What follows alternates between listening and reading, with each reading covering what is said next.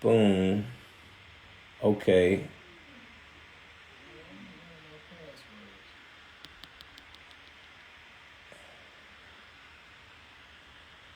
And are you Quentin? I got you. And how do I join it? Okay. Okay, I see the wave joint. Okay, view request. I think it's loading. Word up. Yeah. I usually don't get nervous. Man, are you kidding me? So I'm gonna test one of these on mute. Okay. We're good? Yep, we're good. Did you hear mine jacking up? Do I need to?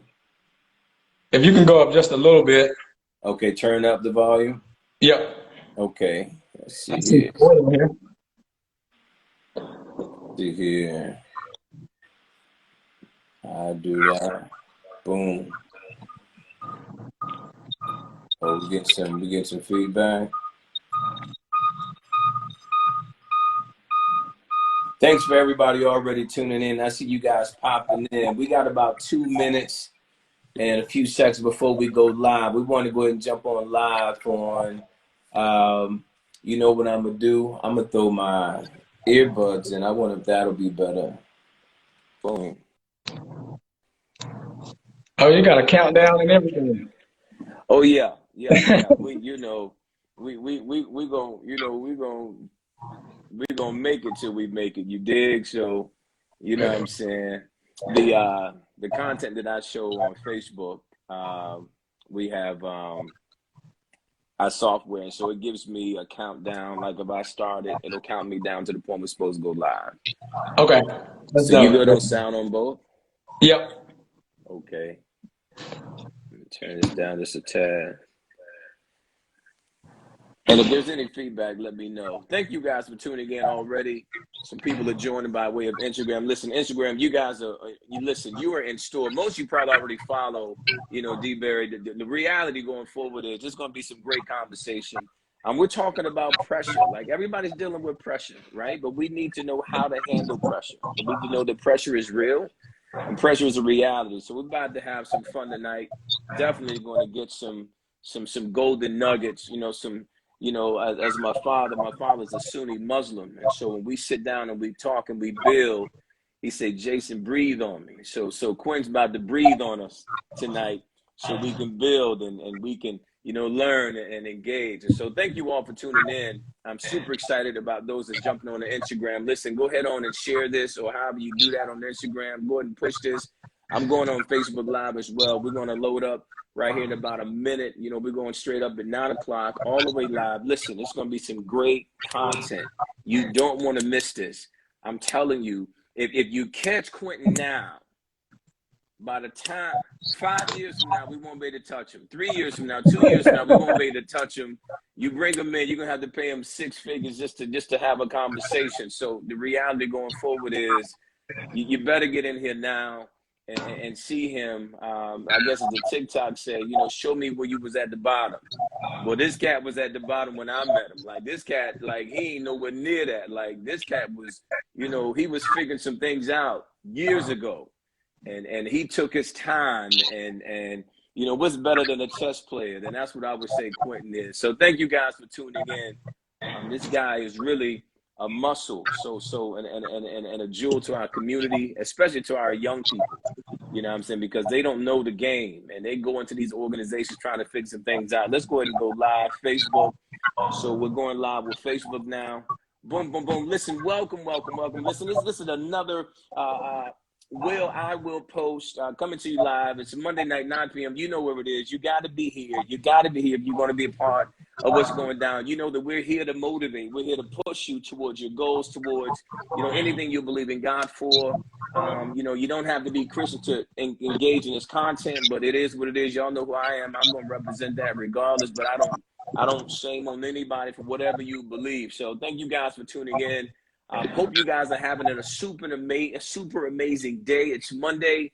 Of course, and I think football is on and some other stuff. But listen, tonight is going down, and I want you guys to all be ready and be. And listen. So I want questions. I want engagement. Q and I can see as much as possible in the sense of what you guys are saying and doing. And if there's any feedback, you guys can give me some thumbs up and say, "Yo, Jay, can you kind of do something?" And what I'll do is I will maneuver sound on one or the other so we can make this happen. But anyways, let's get started. So tonight, the thing for this month is pressure. We're talking about pressure. Last week, and I didn't realize I went that long. I really didn't mean to do all of that, but it was my heart. Like when it got into my heart, I had to go. I had to let it flow. But the reality of it is, pressure has been something that I know that we have all had challenges with, or all had to deal with, and mainly because I'm 47 now. Q is much younger, but the reality of it is adulting brings pressure, right? So most of you guys are growing up. Most of you guys may have kids. Some of you may be some college students listening. It may be some high school students listening. It may be some young adults with kids, or maybe even Meemaw, who's raising kids. Listen, tonight is a great, come on, Miss Gilliam, I appreciate that. So tonight is an opportunity that we can really begin to have this conversation. And hey, Dina, how are you? Dina, now I know you know this RAM right here, so I know how you get down.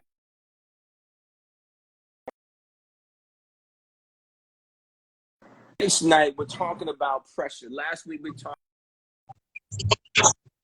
about pressure in the sense of what it is and how it impacts us. And we have to be honest about pressure. But tonight, we're going to flip it on pressure, right? We're going to show you how pressure can work for you, how pressure is going to work for you. So I'm super excited to have with me tonight an amazing young man that I got to meet a minute ago. Like Q snuck up in like one of our youth services. He was already an OG. He had already sat on boards. This cat has been on, president at Winston-Salem State University. He's already connected, already been. Listen, I'll let him tell his story. He's got amazing stories. Q can literally. I'll never forget. Years and years ago, we sat down in IHOP. We were probably in IHOP like 3 hours, just going, just engaging. And I'm just, so thankful to know him. Q's one of those guys that moves underground. You're never going to see him coming. When you see him, it's too late. He's already up in there running, running stuff. So literally, let me give you some information on Q so we can go and get this thing started tonight. Thank you guys again for tuning in. Let's go ahead and shout out everybody that I see. What's up, Kev? I see you coming in. So anyhow, my screen isn't double. So anyways, Quentin Dewberry is a North Carolina native and Grammy-nominated graduate from the SU, Winston-Salem State University. Dewberry earned a Bachelor of Science degree in political science and possesses a master's degree in organizational leadership and business intelligence. Now, for those of you trying to figure out where you want to go with your careers, those of you trying to figure out where am I at this point in my life, how do I make some changes and shifts, you definitely want to follow Q. You want to get to know him. I guarantee you with a conversation. He may be charging right now at this particular point, but the reality of it is if you're looking for opportunities to shift your career, definitely, the pandemic listen, we haven't seen the full impact of the pandemic. If you are not somewhere, where you can provide a service online, I promise you sleeping. It's already too late. Overnight, Zoom had to figure it out because overnight they became like a product that you just had to have. But it is what it is. Hey, Mr. Shara Smith, thanks for tuning in. But anyhow, he's the founder of Dewberry & Company, where he provides strategic planning, listen to this, and delivery around diversity hiring and team member development. Also, he leads VLK Resumes, and a tech talent management company focusing on talent development and employer skills gap, which is something major that we all need to be talking about. So you may be an employer. You may be somebody in the community looking for talent. You may be, I don't know, you may be a pastor. You may be a parent trying to help your child, to guide your child through where they need to go to school or what they need to be focusing on. Listen, now is not the time to throw away money for college. Now is not the time to throw these pie in the sky dreams, for sending these kids off for college. They don't have a clue. Guarantee you 90% of them will not major in what they're going to graduate with. I'm telling you right now, like they're going to make a shift, and Q can probably talk to you guys about that. I'm telling you, spend. Think about how you can execute with the least amount of dollars to get your, actually these days, you know, if you go the technology route, in some cases, I got some friends that saying, hey, while they're in high school, why don't you go ahead and go after get some accreditations and get some of those, you know, the A+ and all these other things. And by the time they get these, you can be making some serious money. You ain't got to worry about a 4-year degree, even a 2-year degree. If you go out and you get some of these certs, you know, especially in the tech world, you can make serious money. And you're going to have to get in the game to get the real money. But what I'm hearing is, I got a friend right now in cybersecurity, and he was saying like 400 million jobs are available right now. Like right now. I was just reading something today in the sense of a cyber attack that we ain't ready for. And so, you know, really when you're having conversation with kids, now's the time to push them into STEM. Now's the time to push them in all types of tech stuff, because I'm telling you, the work ethic that you and I had coming up, ain't nobody making that money no more. Nobody's paying for that. People are paying people for their intelligence. They're paying people to work half the amount of time that you and I work to make 100 more times as much money than we could ever consider. So I'm super excited about having, you know, Q on. Q, I just want to give you an opportunity to go ahead on and shout out, man, and go ahead on and say good evening to the crew and whatever's on your heart, and then we'll get started. All right, awesome. Pastor Jason, I just say thank you. I definitely appreciate all of that recognition, all of the shout outs, just everything. I also thank Bishop Hash. I think he's very much center in this relationship. Yes, it was almost like your granddad saying, hey, take care of the little child from next door or the boy from next door. And he handed me off to you, and I knew I was in good hands. I think for me, in part of my life, that was probably the most important time of my life. I think it really cultivated me and really made me aware was this is not St. Peter's, this is not Bishop, this is not Jason. This is all like the Word of God, and this is how we work. This is how you survive. And so, regardless of, and during that period of time, what was going on in my life, like I had something to hold on. So I think you hold on to hope during that time. It was the middle of the recession. I had just came back from New York. One of my good friends, Brandon, had this old Bible, and I still got it. This old Bible, and it's falling apart now. I definitely need another one. But no, when it's falling apart, that means you got the Holy Ghost, brother. You good.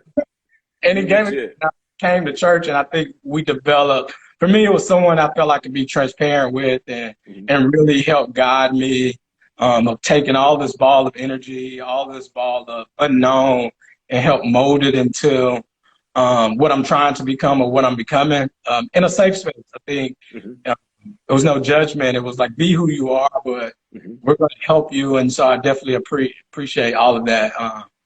Like it doesn't go unnoticed. I'm definitely the person I am because of just having an encounter. And that was the event I came to, an encounter with Bishop Hash.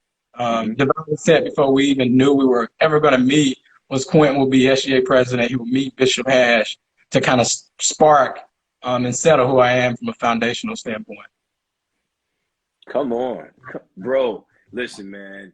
I would tell you that Mom Joy, she tunes in like most Mondays. Mom Joy's in here somewhere. So definitely thanks for that shout out. Bishop is a quintessential leader. I think he is timeless. I think he is definitely curated space to speak into any leader's life, whether it be in the secular and or in the sacerdotal world. But I want to say this as we get started tonight. Listen, guys, we're talking about catch the wave. That is my thing for tonight. Catch the wave. You know, you ever been to the beach? You know, you got the kids in the water, you're in the water, and you know, as Black folk, we got to be creative, right? So we figure out ways to kind of have fun. And so the waves are coming so hard, that's pressure. We learn how to jump inside of that wave and just to ride it out, right? And if you jump at the right moment and the right time with the right velocity, you just kind of ride it, whether you got a boogie board or not, boom, you can take that inertia, that energy to ride you right into the beach area or back to shore. So the reality going forward is tonight, we really want to talk to you tonight about catching the wave.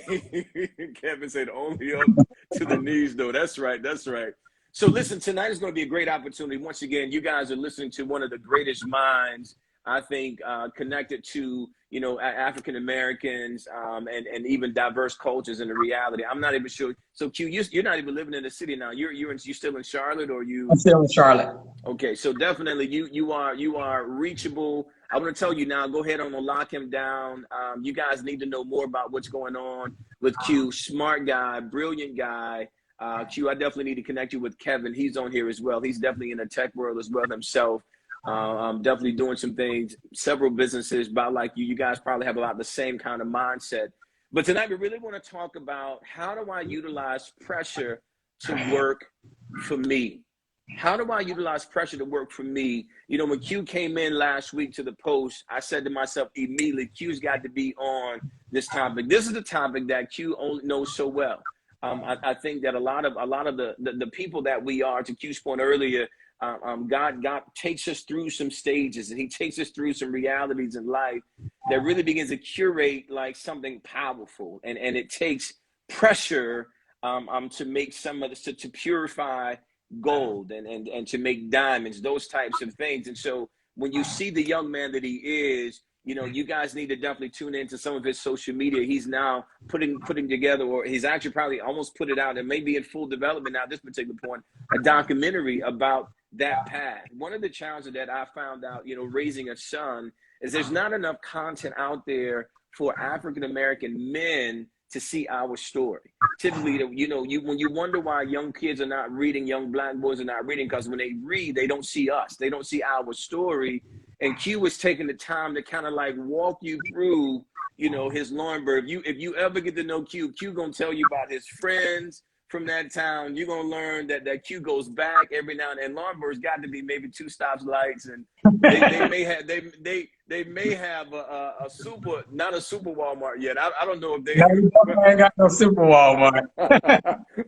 but the reality of it is, I want you guys to hear his story, and then we'll get into talking about you know, literally how you allow pressure to help you to move in. Thanks for tuning in, Pastor Friday. Thanks for tuning in. And so, Q, you know, I noticed you, I know you, and have heard you, and have sat down with you, and I've seen you. You know, in my understanding, you work with the likes of, you know, some hip hop stars. You've been in the music industry. You're now in the tech industry. I don't think that there's an industry that you cannot go in. You dabble in politics, and so you dabble in corporate. So you represent, you know what I'm saying, the rainbow when it comes to where the talent is right now. And it's interesting, and we're going to talk about this in one of my questions for you, in the sense of how you're seeing that young people handle pressure, especially in corporate world, especially because typically when we get the job, we neglect that there's politics that we have to play even on the entry level. So we're going to get into some of that, but I want you to take me back to your story, and so that people can get to know you and understand how pressure has developed you. Awesome. So I think, to talk a little bit about the documentary, I randomly had this idea about 2 years ago. The guy that's actually shooting it called me at the beginning of the year and reminded me, like, hey, do you still want to do this documentary? I had no idea what the documentary was going to do for me. It became a healing mechanism of like sharing my frustration, sharing my thoughts. I think as leaders, sometimes we're very introverted, even though we're like out talking to people, but we hold a lot of stuff dear to us. And for me, it was a chance to actually heal for me internally, holistically, figure out who I was, why I was the way I was. So I'm just thankful for just being able to shoot it. It was probably one of the most personal things I've ever done selfishly for myself. But I think Laurinburg I grew up in Laurinburg, about 2 hours from Charlotte. I have never met my dad. I've never met, my mom left when I was in the 4th grade. So I think that's when my pressure moment started really coming into fold. So she left, and I knew things would get really real then. I grew up with rheumatoid arthritis, which is a immune disorder disease. So I have to be very mindful of my stress. So pressure brings stress, so you have to kind of manage that early on in the process. Ended up going to Winston-Salem State. I had a cousin that went there, and she told me to call this lady like Shirley Manigault. I called Dr. Manigault, tell her who I was. At the time, I didn't have honors grades. I had no idea who it was. I just knew that God tells you before I formed you in the womb, you're special, or you're going to be this. And I've always felt that I was different, that I was special. You don't know what it is. You don't know what's on the other side of hope. You don't know the other side of determination. But I do know that if I just kept turning the door, an opportunity would open. If I kept just saying focus on God, if I just kept doing the right thing, like it would actually get better. And so as I've gotten older, it's like everything I've ever needed, He's given me, from just people to resources. I think early on, understanding that pressure of leadership back then was preparing me for these moments. So I've learned to really cope and deal with pressure. But for me, it's just, I love Laurinburg, from my friends. Everything that they taught me 20 plus years ago, I use now. I really wanted to stay core of the things that Laurinburg taught me. You just can't read them. You can't be taught those, of just treating everybody good. Never getting too high or too low on yourself. These are the people that protected me when I needed protection. They taught me just never to judge anybody. We all come from this place, and really it reminds me that just really anything is possible. And over Thanksgiving break, I got to see probably all of them for the first time. Wow. Left to go to college, and it was just a surreal moment of, like, these are the people that know me from where I actually started from. These are not the people that I just met along the journey of riding the highs and highs. They saw me when it was just me and my three brothers and my grandma. They know about my mom leaving. They know about my dad not being there. They know me. So it's a level of just knowing, like, God is really taking care of me over these years. I have nothing to complain about, nothing to get mad about, but only to be grateful for these experiences, and to say, everywhere I go, I take Laurinburg with me. When I'm walking in the corporate halls, I take Laurinburg. When I'm talking and trying to develop Black talent, I'm taking Laurinburg with me, because I know for a fact that I wouldn't be the person I am with any of this if it wasn't for those teachable growing pains that I hated growing up. But I never complained. My Uncle Woodrow was singing this song called "I Won't Complain." And back then, I was 9 or 10-year-old, but the song was powerful, because you're talking about a kid that, I'm saying, all my friends with their parents coming to the games. But I have to kind of be kind of strong, because I know that I don't have my parents. Yeah, I'm super grateful for it, I think. I wouldn't change it for anything in the world, because, again, those things that I was taught then are carrying me. And so I don't fold under pressure, and like none of this is overwhelming. Because when you've been through a storm, you understand where the help comes from. You understand if I turn this way, the wind might not hit me that hard. If I block it this way, you just learn things along the journey, and you put them in your tool belt. Sweet. Yo, so first and foremost, I think that the epitome of your story definitely empowers you throughout the process, right? And so, to your point, what I love about your story, and that was a very quick run of it, is that the impact of all of those relationships singled out have their own story within a story. Definitely, I want to push this. One of the points that we see about pressure is pressure exposes potential.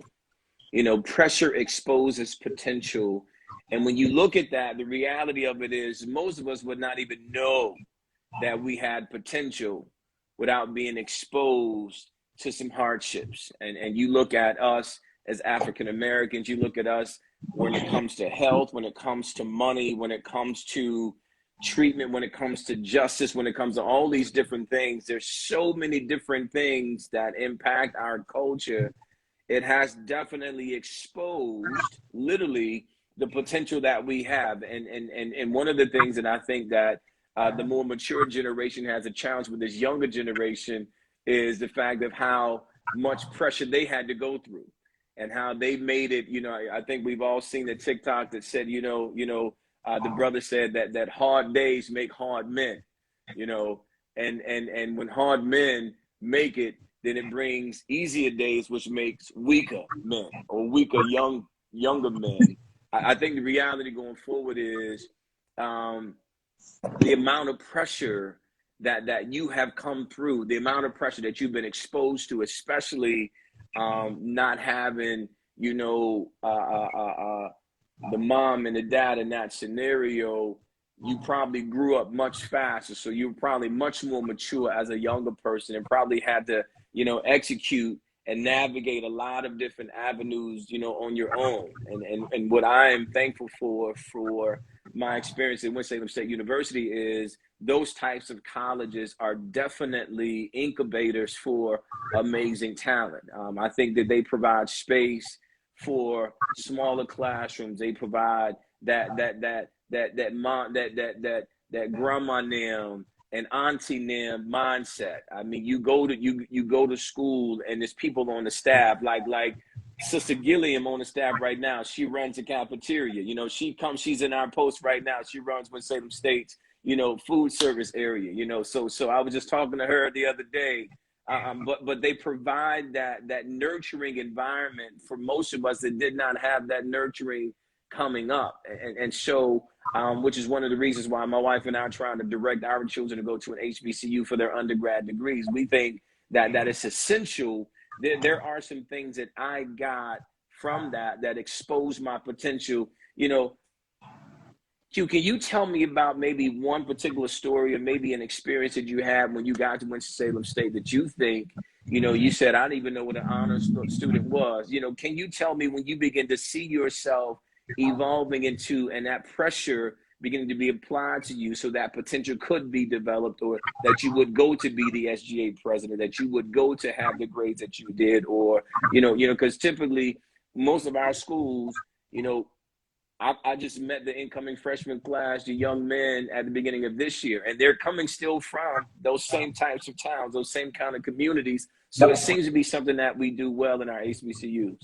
I think fundamentally, I tell people, Winston-Salem State fundamentally changed the course of my life. Wow. Like, no question about it, fundamentally changed. Everything you just said in terms of being an incubator for talent, an incubator for people that didn't have those things growing up. Immediately, at the day my aunt dropped me off on campus, I knew it was up for me. Because at that moment, I'm seeing Black people everywhere. Some of the smartest Black people in my mind at that time in the country, in the world, that come from similar. I knew they came from similar backgrounds. I knew they came from Charlotte. I knew they came from Rayford. I knew they came from Fayetteville. I played them in Pee Wee football, or we've seen them in basketball, and then you start to hear their stories. And while I think mine was unique in my own story, we all wanted a chance to change our lives through a means of education. So that was good. Commonality. You're talking about my first encounter would be I was in the honors program. I'm pretty smart. I'm pretty growing up fast. You learn to be strategic. You learn how to take the path of least resistance. I wouldn't go to class. My work would be done. And at that time, it was Stephanie Robinson, a guy named Keith, and two more people pulled me to the side and said, Quentin, you have something called leadership. They're following. And I was talking about they following me. I do my own. At that time, I do my own, and they don't need to be following me. My work is done. So they kind of that's the first entry into pressure and really recognizing some gifts and some talents on a bigger scale.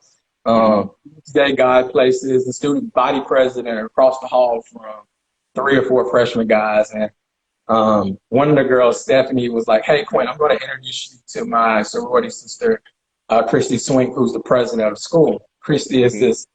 At that time, I'm a freshman from Laurinburg. You're looking at this tall Black woman, and I'm like, "Yo, she's it. She's the president of the school. She runs this." And I remember I said, "You probably get a lot of free stuff, don't you?"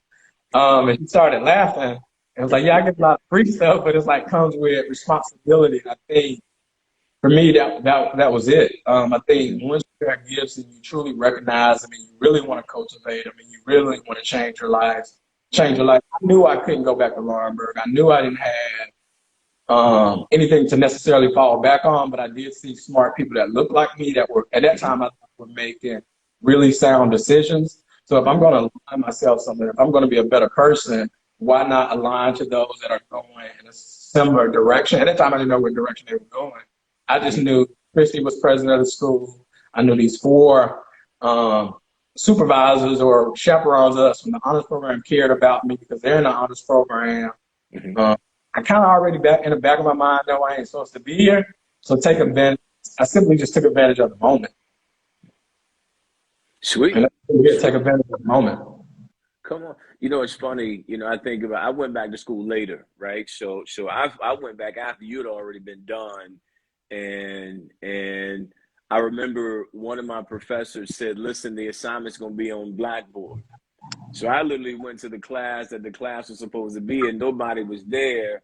And there was only one blackboard in the room. I started writing down everything that was on the blackboard.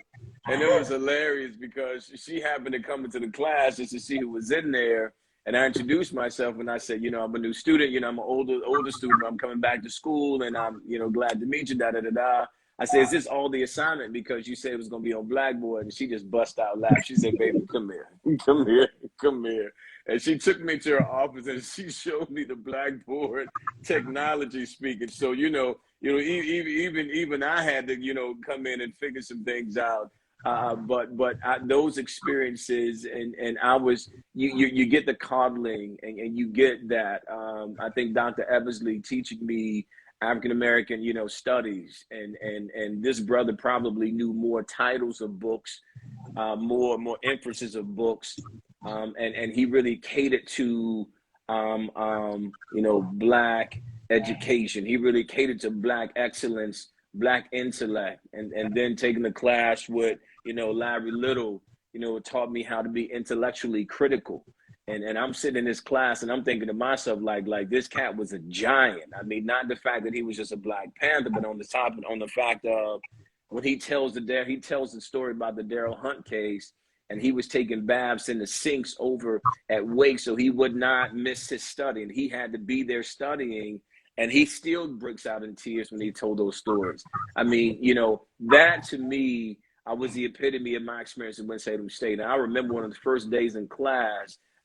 What's up, Sheree Blue? Thanks for tuning in.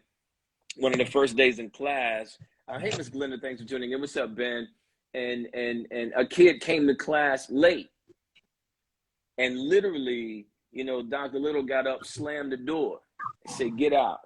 And so the cat was like, bro, like I'm just a few minutes late. He literally made this cat stay outside the whole time till he felt he wanted to open up his door and let this brother in. You know, I had a little iPad and Dr. Little said, what is that? I said, I'm taking my notes. He said, I don't trust that technology. He said, put that down. He said, pen and paper in my class. And I was like, whoa. And so those are the experiences that you know, I connect with you in a sense. You know, one other thing, Q, as we're moving on, pressure purifies. Pressure purifies. As a young man in life, you know, you have been, you know, engaged with a lot of different sectors. You know, once again, we're saying again from the music industry, from corporate, you know, from Black thought, from politics. Pressure purifies. Can you speak to some clarity that you begin to get from pressure that you received in any of those phases? Because I remember you telling me stories about, you know, about Puff and working in those, and that's a lot of pressure. And I'm pretty sure that integrity and character are developed in those realities. And then we have people that are listening tonight, you know, of all different spectrums. I got some young ministers in here. I got some pastors in here. I got, you know, educators. I got, you know, all kind of people listening, you know, entrepreneurs, people in the tech world, you know, how would you speak to pressure being a purifier? Or maybe you can give us a story or maybe share on how pressure can also purify motives, or it can purify who a person is, as the same that it purifies stones into diamonds and gold to the point that it makes it more pure. Speak on that. I think pressure defines who you are. I think it's going to truly define, are you resilient? Are you the person that you say you are? Are you going to be, the integrity piece is a lot. You learn what decisions you will make when you're back against the wall. Are you going to make the right decision, or are you going to make the decision that goes along to get along? I think all of that. I think for me, a lot of my pressure or being molded was me wanting to know.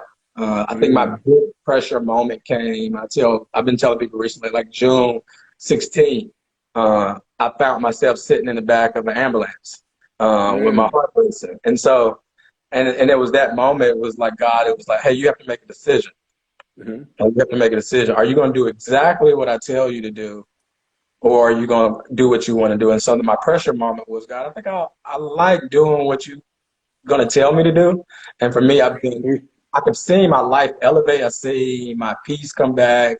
I heard my clarity come back. I think all of those experiences throughout life have all been pressure moments. I think my mom leaving was a pressure moment, but also Mm-hmm. on the same hand, know that everything I ever needed or wanted was there. I had to learn. I had to go through those moments. I had to see if I really wanted to be in the music industry. Did I really want to live this lifestyle? And I think God gave me the exposure to it.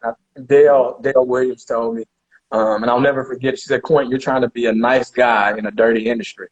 Because I wanted everybody to win. I wanted, like, oh, if he or she is talented, they should be able to do it. And I realized, like, that doesn't necessarily happen all the time in that space. Mm-hmm. Am I willing to put what my Aunt Leah, the morals my Aunt Leah told me about yes sir, no sir, Mm-hmm. picking the right friends? Did I want to really chance that, or did I want to let my Uncle Steve down in terms of, like, you're good at this, follow this?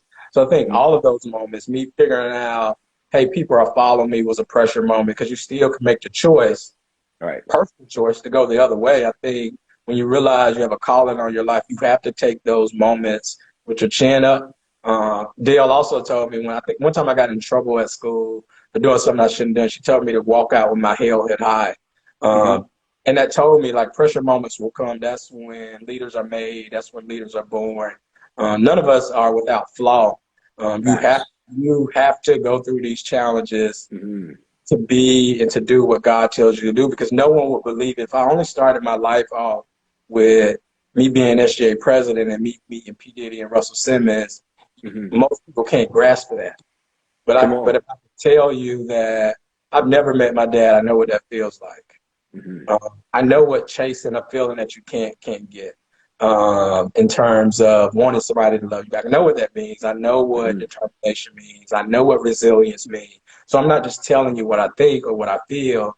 I'm really fundamentally telling you what God has told me or God has shown me. Like, I believe him more than any person in the world now. Everything I've Come really on. ever asked for in my life has happened, good and Come bad and on. different. And so I think those pressure moments really, truly would define who you are, and as leaders, as people, as entrepreneurs, as parents, as people that are trying to grow and heal.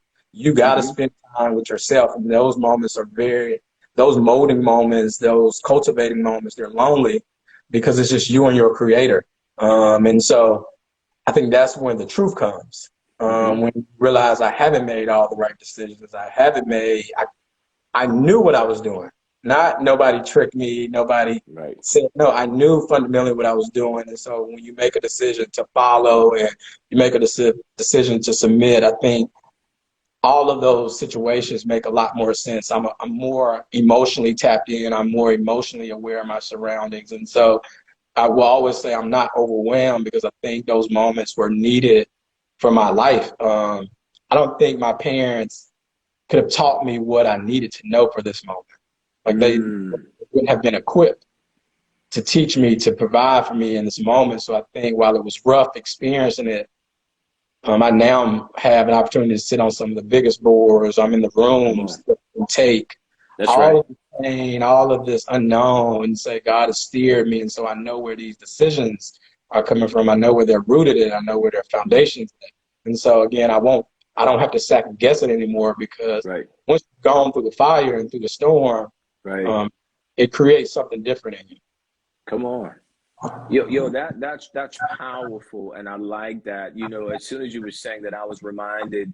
One of my favorite psalms is Psalms 51, and David talks about. David has this moment with God. That there's been some things that happened in his life that did not weren't the best decisions. But David says, and he comes to himself, literally saying this: that you desire truth in the inward parts. You know what I'm saying? What you want most from me is that my life be broken and contrite And in that, you know, David says, create in me a clean heart and renew within me a right spirit. So the reality, when we are humbled down, we come back to that person. You know, I've just had some life scenarios that happened to me, you know, that my family, my sisters and my mom, you know, were able to come in and say, yo, you know, boom, you know, I want to be there for you and I want to help you in these scenarios. And that's like an humbling thing. And one of the things that I've really been focusing on is something that you just said, Nick, you, in the sense of that personal, that me, that self reality. And the scripture, and I love, this is my favorite proverb here lately, Proverbs 4:23, that it says, guard your heart, you know, with all diligence, for out of it flows all of the issues of life. And so, you know, our hearts are, you know, pretty much our connection to any and everything. What you say, what you think, you know what I'm saying, how you express yourself, how you feel about yourself. As a man thinketh in his heart, so is he. Out of the abundance of the heart, the mouth speaks. You dig? And so we meditate in our hearts. We mutter things in our hearts, and not our physical heart, but our inner man. And so as you say that, having time alone often allows you to develop that skill, to develop that reality. Can you talk to me a little bit about, you know, one of your latest ventures with Black Resumes? Tell me what that's about, and why did you even, you know, what was the idea behind it?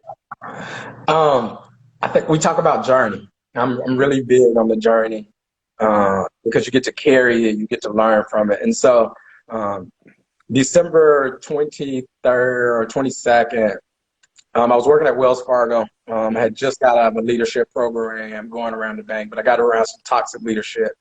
I get fired. One of my buddies says, hey, man, you should go into tech recruiting. And I was like, cool, I think I'll do it. I need a job. I think it's something new. And in that moment, I got there the first day, and I realized there were no Black recruiters in the office in terms of like staffing recruiters. I'm saying, okay, cool. So I started hearing these jobs. They're talking about a business analyst. Oh, they make $45 an hour. Oh, they a data architect. Oh, they make $65, $70 an hour. A scrum master, they make $60 an hour. And I was like, so what do they do? So I'm looking at these job descriptions. Like, I've been doing this my entire life. In that moment, I realized that everything that fundamentally taught Black people about jobs, the new generation of jobs, the new way of working was wrong. I remember during that period, I was looking for a job, and my uncle even said, hey, call and check on your application. I was like, Uncle Steve, you can't call nobody and check on no application. This ain't the mid-90s. I can call and just do that. So I get in that. Then I started looking at all these tech numbers, and I look at some of these companies, they're at 3-4%. The majority of my career, I've been in roles where I'm the only Black person. But again, I went to college with some of the best and brightest Black people in the world again. And it's not just one. You got A&T, you got Howard. And I said, there's no way. Again, you learn and recruit. I realized it was the resume. And I realized it was the way we're talking about ourselves. And I realized it was our confidence. And I realized that particularly my generation, my demographics, we have a lot of energy and we're very bold and we love these superstars and these rappers and entertainers. But when it came to talk about our actual jobs and our actual skills, we developed something called imposter syndrome. And so for me, really, Black Resume was born out of my own individual life. This was me navigating corporate America. This is me getting told that I wasn't qualified when I knew I was qualified. I just didn't know how to write my resume. This is me. Black Resume is born out of every Black person that I know that should be in a job that makes them happy, that should be doing something that they're really truly aligned to. But also my business hat is on. I fundamentally understand that organizations, white, Black, or green, we still have good talent because we have to produce a result.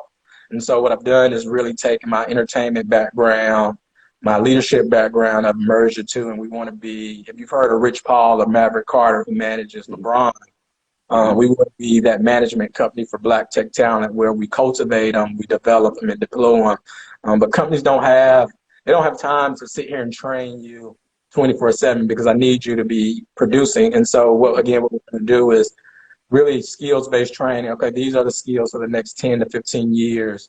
How do we develop strategic programming around these? You said something earlier about there's about 10 million jobs open right now. And so fundamentally, we can't fill all those jobs, so you have to create these people from scratch. Right. And so that's what we're doing. I know what your resume needs to look like. I know what conversation you need to be having with the manager. And we're just managing your career as if you were LeBron of the tech industry. Come on. Come on. That's huge. That's huge. So Q, if somebody's interested, how do they get engaged, with what you're doing or with your organization? BLKresumes.com, QuentinDeberry.com. As our websites. Instagram is BLK Resumes. My Instagram is DBerry Company. Email me at dberry@dberry Company. Just engage with me anyway. You can DM me from here. But really, I'm seeking people that want. I think we're in a point in our lives or a time where you have to be resilient. You have to kind of pull it somewhere. And so I normally work with people that have that same drive, that same passion, right? That I do. I can hear it. I know what it feels like, and so I think I steer clear away from people that just tell me what to do, because that means I have to walk you every single day, and my life wasn't set up like that. I don't think like that. I don't process information like that. I'll give you suggestions and feedback, but I'm only going to work with those that are running in the same direction as I am, because early in my career, I wanted leadership journey. I wanted to please everybody. I wanted to carry everybody across the finish line. And I realized how burdensome that was. I realized how heavy that was. And so ineffective. And I think people are out to judge you more closely because they felt like you're obligated to carry them across the finish line. And now I don't do that. I only work with people that are running parallel to me, because that way we're equally yoked, we're equally invested. And you want to see my success just as much as I want to see your success. Facts. I love that. You want to see my success just like I want to see your success. Q, as we come to a close, one of the last things that when we look at pressure also encourages perseverance. Perseverance is a word that, to me is the epitome of kind of what you just explained. Because what I do know about you are a lights out kind of a guy. Like, you go hard. Like when you figure out this is what I'm gonna do, you gonna put all of your energy in that area, and that's where you're going. I mean, you're not the blinders are on, and I'm moving this way until what I've heard you say in the past. If God says go this way, okay, I'm gonna go that way, and I'm gonna run it till the wheels fall off. And then if God say go that, I'm gonna go that way. And so, can you speak to, as we close, the importance of perseverance, the importance of what you're seeing in the industry? There's some people that are listening that may be at the point that they need to reevaluate themselves, reevaluate their careers, maybe give some wisdom to some nieces, some cousins, themselves, church members, whatever. Can you speak to the importance of perseverance and how, as you're talking about that imposter syndrome, that's good, that's so good, and how that's been programmed in us. And we've had that mindset that to your point, most of it's funny when you spend time around them and you really get to know, that upper crust crew, you like, wait a minute, we work harder, we go harder, and we're more resilient than probably 85% of them, but they're connected, they're networked, and they don't have to do as much work. But once we finally break that glass ceiling and we realize that this is the conversation in the boardroom, wait a minute, you got to be kidding me. You know what I'm saying? So can you speak to perseverance and the importance that allowing pressure to bring you to a point of persevering as we're closing? I think that's funny you say that, because Miss Dale told me probably a couple of months ago, Quentin, you've never had to follow. And you've always been in this role. And my mindset has always been like, this is a conversation. Ain't no way y'all holding this from us. So I am doing all of this work for my nephew Cam, my two brothers, my nieces, my little cousins. I'm doing all of this for them. I'm doing it for your cousins, your nephews, because there is a path that needs to be open. And I think if God has blessed me with the opportunities, I'm obligated when it's all is said and done, he's going to say, Quentin, I gave you this. What did you do with it? I want to be able to share, hey, this is what you gave me, and this is what I was able to do with it. And I hope it's pleasing. But in terms of perseverance, I think that's my life. That's who I am. I think, again, I'm going to go back to really figuring out who you are will change the course of your life. Figuring out what makes you tick will change the course of your life. You get to, out of all of this, you get to decide. You get to decide if you're going to complain. You get to decide if you're going to get up out of the bed. And I think I just was wired DNA where I didn't have any other obligation. It was like, if you wanted these Jordans, I knew, let me go get this job at the shoe store and go to work. If you want to be great, you put in the work to be great. Like, it was me deciding to run for student body president. It was me figuring out this is what I want to do. And so I began to put myself in those situations and those opportunities that made sense. I knew that if I continue to open doors that made sense from a strategy perspective, good things would happen. Today, I took went over some results from a holistic thinking exam I took. And I'm a very much human-centric person. I really understand reading room and really be as big picture strategy. But one thing that stood out to me was under pressure, when I'm highly stressed, I get very analytical.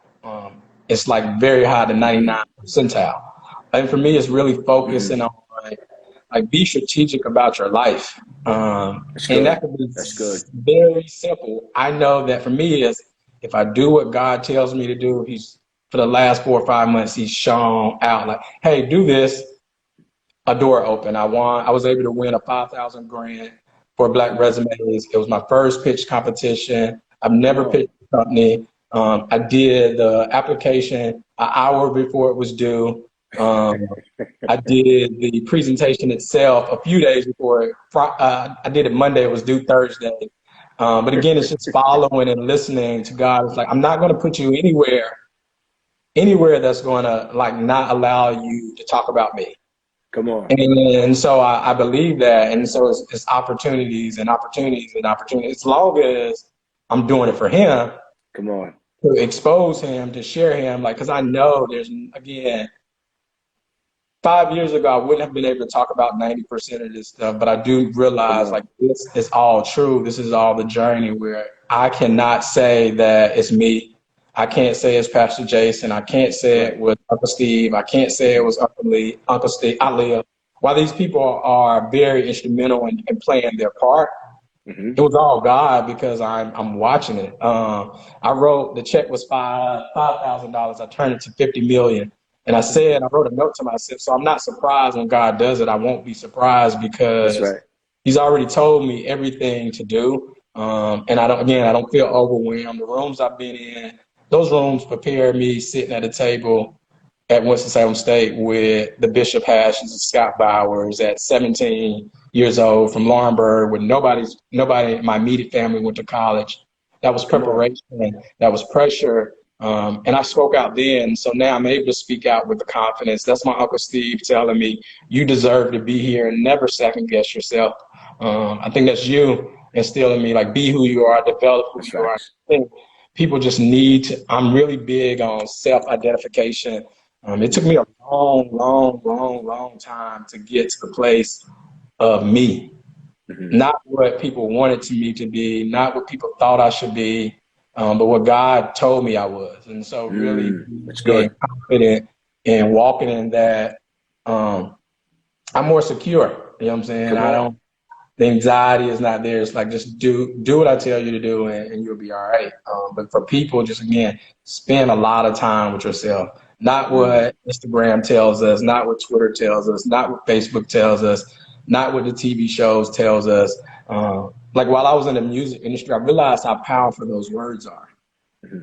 My Uncle Johnny in Durham has always talked to me about the power of words early on. And so I've been very critical of what words I tell myself. I've been very critical of people I allow in my life, in my space, because I understand all of that has an impact on the outcomes. And so pressure. Be around those that have been able to find some hope through pressure, to find some faith through pressure. And I think those people will help you.